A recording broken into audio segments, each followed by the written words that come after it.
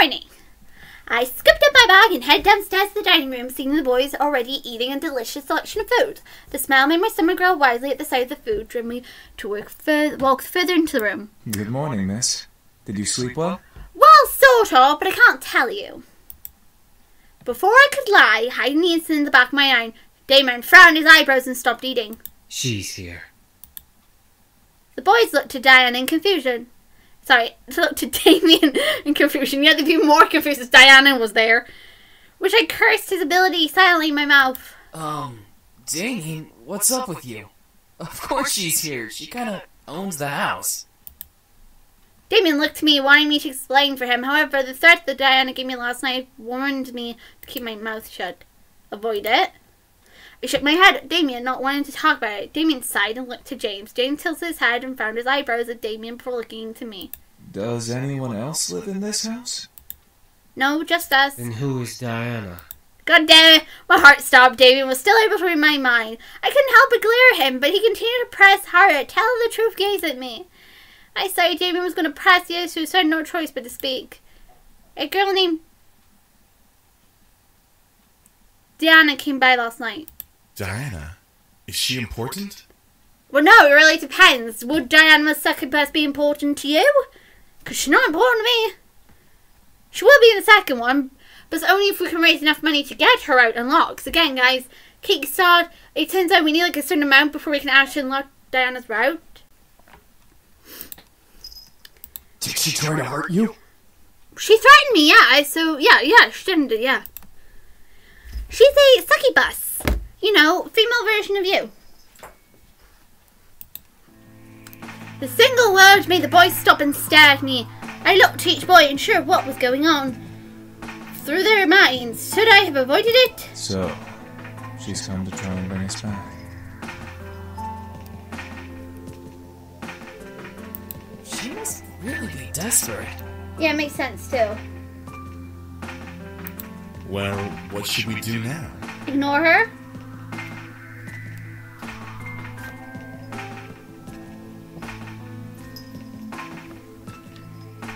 Nothing.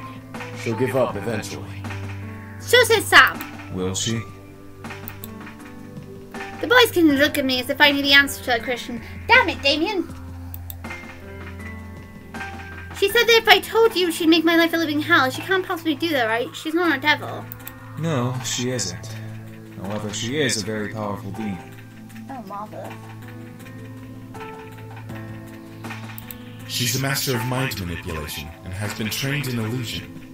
Unlike other demons who use strength to get power, she uses her charisma. Oh, marvelous. A demon with charisma. Haha! Deadly combination. She has the power to make armies bow to her and obey her every whim. That's why she's so obsessed with us. Well, what do you mean? Well, she sort of has family ties to us. She was promised to marry one of us in exchange for more power. She's just some whacked up hussy who doesn't know how to close her legs. She's not a real threat. Oh, really? I feel insulted. The boys and I looked around the room, wondering where the voice came from. I felt a cold sweat run down the back of my neck in fear, remembering what kind of power she had. At last, we saw Diana by the entrance of the kitchen, jiggling a single red apple in her hand as she leaned against the archway. The boys quickly surrounded me, glaring at the intruder. So, you took up a human name as well. Beautiful name, isn't it? Well, for a human name, anyway. What the hell do you want? To bring you back, of course. However, you weren't supposed to know that I was coming. I completely forgot about that little mind-reading ability. My mistake. Diana pushed off from the archway and walked towards us, making the boys step close to me in a protective circle. Diana laughed. My. What has the world come to? A group of demons protecting a human girl? I'll tell you right now, she's not that pretty. And from what I can tell, she's still a virgin. My face grew red in complete anger and embarrassment. How dare she? Should I really scream at her this once?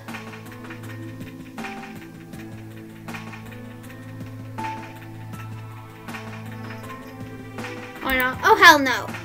I stepped up gently pushing the boys away to face with Diana. I was furious and she was able to feel my wrath. You're in my house. You're an intruder. You have no power here. Oh, really? Do I have to remind you of the power I have, dear? No, no need to demonstrate. Ah! Never mind. The snap of her fingers, my mind suddenly locked up, but I felt blank. I could see the world around me, but I lost control of my body. The boys quickly reformed around me, and Jim gripped on Diana's wrists in anger. You will leave this instant. Or what? You'll kill me? I completely dare you to. Let me do it. I could use the workout. Don't. Boys looked to Damien while Diana smirked at my blank state. I wanted to fight this whole, but her power held me down. And why not? She wants us to kill her.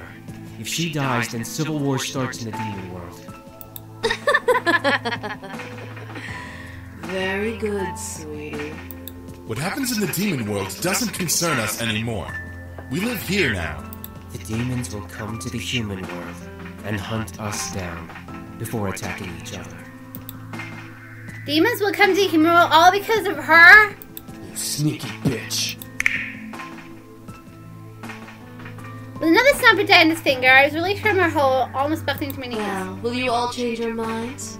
I assure you, it's for the greater good. I expected the boys to say no. What I heard was complete silence. None of the boys replied to Diana, which made me both nervous and fearful as to why. Diana leaned her head back a bit, surprised for a different reason. No. Well, I see. Was silence truly them saying no to her? I looked around at the boys and saw the disobedience in their eyes, giving me my answer.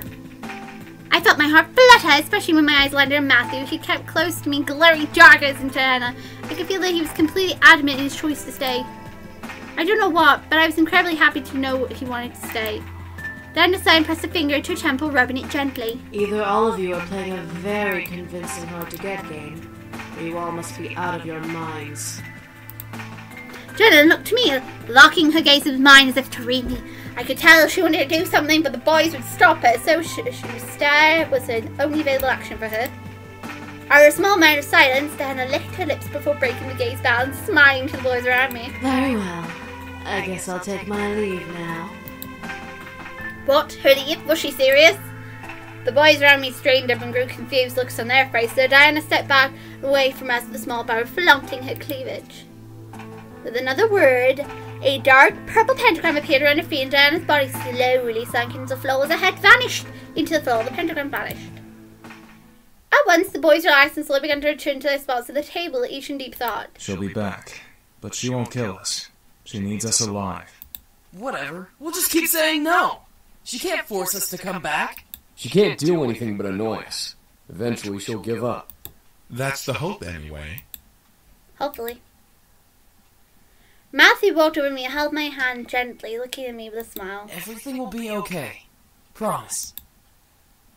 I nodded, feeling like he was telling the truth, or at least a hopeful, comforting thought, and smiled back. Matthew gently leaned closer to me and kissed my cheek, however making me blush and forget what I was thinking about. The sounds of collected chuckles and playful smirk whispers through the air, making me blush even more, but the laughter stopped as Sam let out an oof about a fluffy object colliding with his face.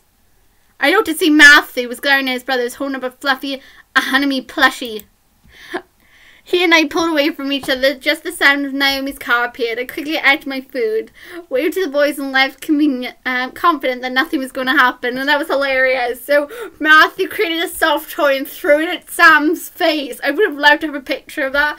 And you see like Matthew holding the plush toy, and they'd be run already smacked into Sam's face, and all the boys would be like, "Hang on, no, we didn't mean it." It's a whole army of Simons being flung across the room. Sorry. I do love plushy wars. I must sound mad to a lot of people. Never ever say that nothing will happen before the day is over. I've already told him about the ride back home yesterday, saying that the ride was a one-time thing. I'll be riding with you guys from now on to and from school. The girls seemed very happy. We entered the school quickly, gathered our things from our lockers, and headed to class. There was no events to our surprise. History wasn't exactly fun, but our teacher was great. At least he would have been great if he was in class that day. Naomi and Suzu took the seats around me. Suzu in front of me, Naomi beside me, before the class bell rung and the class was greeted by the dean. Students, you'll be having a substitute for class today. Everyone meet Miss Diana. Dun dun dun! Diana, what are you doing? Why are you here? Must you be here? I have better things to do, love.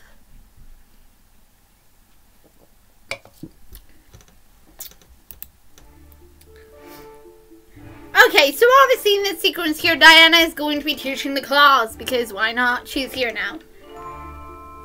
So there's something I need to tell you guys as well. With the Kickstarter as well, to unlock Diana's route, first to actually have Diana's route in the upcoming full game, we're going to need to raise a lot more money. So be sure to check out the Kickstarter page, because we haven't reached the goal to get Diana's route. So unless we can reach that goal, we will not be seeing Diana's route in the full game. And I would really love to explore her route because it has such potential and we can see another side to Diana that we've never seen before. Also, I am going to go into more detail with the different routes afterwards. So once we finish Matthew's route, we'll start James' route, and I'll also be talking more about Diana's routes that appeared in the second game. So there's a lot I want to talk about with that one. Anyway, let's continue. My heart stopped at the door with the dean with Diana, looking over the students and smirking at her eyes landed on me. She strutted to the teacher's desk, ignoring or welcoming the whispers from the other students before sitting on the wood and crossing her legs. That's what all your teachers do. That is the pose to use in class. Definitely.